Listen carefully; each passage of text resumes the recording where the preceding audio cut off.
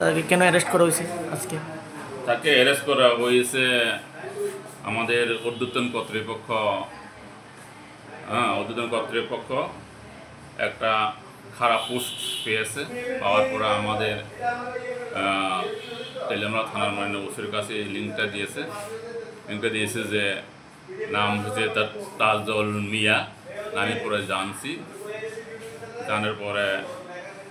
জানার পরে আমরা তার ঠিকানা জানতে পারি। তার বাড়ি জারেলং বাড়ি, এবং সে মাননীয় প্রধানমন্ত্রী বিরুদ্ধে দেশ বিরোধী একটা কমেন্ট পোস্ট দিয়েছে। সেই সুবাদে আমরা ঊর্ধ্বতন কর্তৃপক্ষের আদেশ মিলে তাকে আমরা ধরে থানাতে নিয়ে আইছি। আচ্ছা, তার বাড়ি কোন জায়গাতে? জারিলং বাড়ি? তার বাড়ি জারিলং। তার বয়স কত? তার বয়স অনুমানিক 39 বছর। পেশায় কি করে? পেশায় একজন গাড়ি চালক। এখন কিছু জানা গেছে কি কারণে এই ধরনের তার পোস্ট বা কিছু আপনার তদন্তে কিছু বেরিয়ে এসেছে?